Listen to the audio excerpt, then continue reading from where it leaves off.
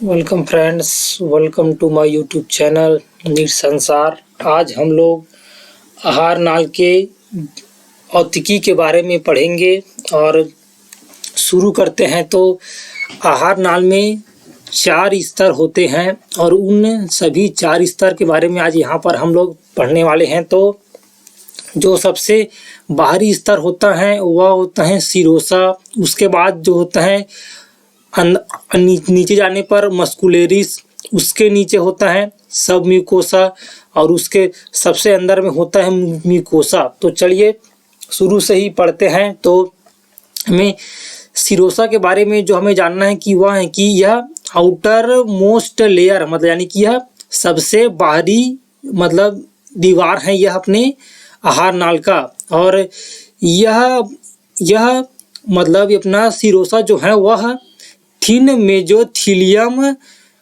का बना होता है और कुछ कनेक्टिव टिश्यू का भी, यानी कि अपना जो सिरोसा होता है वह मेजोथीलियम और कनेक्टिव टिश्यू से मिलकर बना होता है। ये आपको याद रखना है सिरोसा के बारे में कि यह आहार नाल का सबसे बाहरी लेयर है और यह पतली मेजोथीलियम से बना होता है। पतली मेजोथीलियम और कुछ कनेक्टिव टिश्यू यानी कि संयोजी ऊतक से मिलकर बना होता है। उसके नीचे जब हम आते हैं सिरोसा से नीचे मस्कुलेरिस, तो आप एक चीज़ और यहाँ पर याद रखना है कि मस्कुलेरिस ही अपना पेशीय स्तर है अपने आहार नाल का। यह अपना पेशी स्तर है और अपने आहार नाल में पेरिस्टालसिस के लिए अपना यही वाला स्तर अपना जिम्मेदार होता है अपना मस्कुलेरिस। और अपने मस्कुलेरिस में जो मतलब इसमें एक ऑब्लिक्यू मस्कुलर लेयर यानी कि यहाँ पर एक तिर्यक पेशी स्तर होता है। कहाँ पर? कुछ रीजन में इस स्टमक के कुछ रीजन में तिर्यक पेशी स्तर उपस्थित होता है इस मस्कुलेरिस के। ये आपको याद रखना है। और मस्कुलेरिस के 2 पार्ट होते हैं। एक होता है आउटर लॉन्गिट्यूडनल यानी कि बाहरी अनुदैर्ध्य और एक होता है इनर सर्कुलर यानी कि आंतरिक वर्तुल। बाहरी अनुदैर्ध्य और आंतरिक वर्तुल। यहाँ पर आपको जो मस्कुलेरिस में जो याद रखना है कि मस्कुलेरिस अपना आहार नाल का पेशी स्तर है और यही अपना पेरिस्टालसिस के लिए यह अपना जिम्मेदार होता है। और अपने जो स्टमक के कुछ रीजन में और मतलब तिर्यक पेशी स्तर अपना उपस्थित होता है, यह आपको याद रखना है। और आगे आते हैं हम इसके अपने तीसरे नंबर के लेयर में, जिसका नाम है सब म्यूकोसा। और सब म्यूकोसा किस चीज़ से बना होता है? तो made up of loose connective tissue यानी कि ढीला संयोजी ऊतक से मिलकर बना होता है। और इसमें होता क्या क्या है अपने सब म्यूकोसा में nervous blood and lymph vessel होता है, यानी कि इसमें नर्व ब्लड और लिम्फ वेसल होते हैं। और बता रहे हैं कि डेडुनम में ब्रूनर्स ग्लैंड होता है। और हाँ मतलब जब बताना चाह रहे हैं कि अपने जो डेडुनम यानी कि अपने ग्रहणी के अपने सब म्यूकोसा में एक ग्रंथि होती है जिसे ब्रूनर ग्रंथि कहते हैं। और यह कुछ नॉन एंजाइमेटिक पार्ट सीक्रेट और सिंथेसिस करता है। कौन? अपना जो ब्रूनर्स ग्लैंड है वह अपने ग्रहणी में नॉन एंजाइम पार्ट सीक्रेट और सिंथेसिस करता है।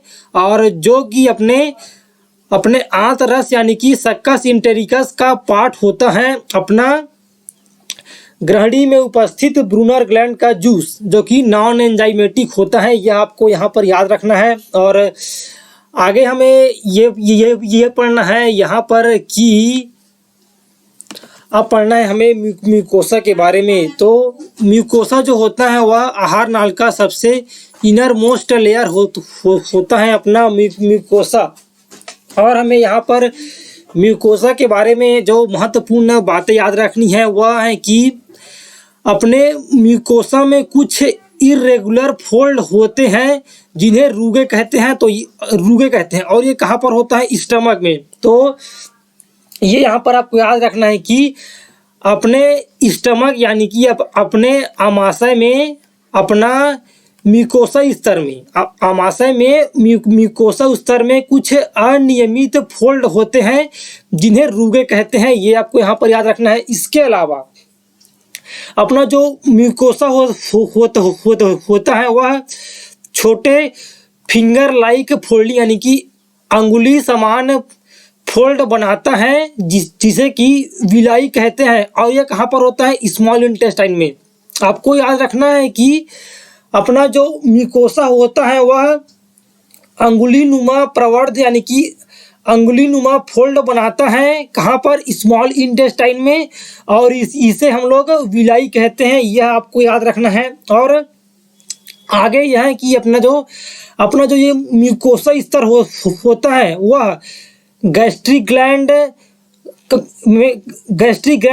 इस स्टमक में बनाता है। अपना क्रिप्स ऑफ लिवर गुहन में बनाता है। और अपना यह जो होता है वो अपना स्मॉल इंटेस्टाइन में होता है। अपना क्रिप्स ऑफ लिवर गुहन अपने मतलब गैस्ट्रिक ग्लैंड जो होता है इस स्टमक में वह म्यूकोसा स्तर है। अपना गैस्ट्रिक ग्लैंड अपने स्टमक के म्यूकोसा स्तर में होता है। और अपना जो क्रिप्स ऑफ लिवर कुहन है वह भी अपने म्यूकोसा स्तर के बीच में होता है। कहाँ पर होता है? और यह अपने स्मॉल इंटेस्टाइन में होता है। और अगला जो आपको म्यूकोसा स्तर के बारे में याद रखना है वह है कि अपना जो पेयर पैचेस और Paneth cell in jejunum and ileum यानी कि इलियम और जेजुनम में जो पेयर पैचेस और पैनेट सेल होते हैं वह भी म्यूकोसा में ही स्थित होते हैं। ये सभी बातें आपको याद रखनी है। और जो अगला है हमारा इसके बारे में और बता रहा है कि the cell lining in the villi produce numerous microscopic projection called microvilli यानी कि बता रहा है कि विलाई से और जो छोटे छोटे माइक्रोस्कोपिक प्रोजेक्शन और निकलते हैं उसे माइक्रोविलाई कहते हैं।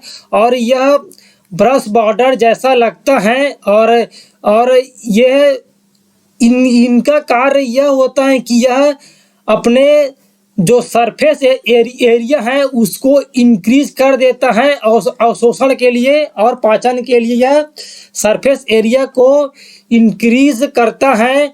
और यहाँ पर अन्य चीज़ें जो आपको याद करने लायक हैं तो यहाँ पर आप याद कर सकते हैं कि जेजुनम और इलियम में simple columnar brush border glandular epithelium with sharp and pointed villi यहाँ पर उपस्थित होता है। और डेडुनम में भी आप याद कर सकते हैं कि यहाँ पर columnar brush border glandular epithelium with blunt यानी कि कुंद सिरे वाले यहाँ पर अपना विलाई उपस्थित होते हैं। और यही सभी आपको यहाँ पर याद कर लेना है। और एक चीज़ यहाँ पर आपको याद कर लेना है कि अपने जो अपने आहार नाल के स्तर में बाहर से अंदर का जो क्रम होता है वह होता है सिरोसा, उसके बाद मस्कुलरिस, फिर सब म्यूकोसा, उसके बाद फिर होता है म्यूकोसा।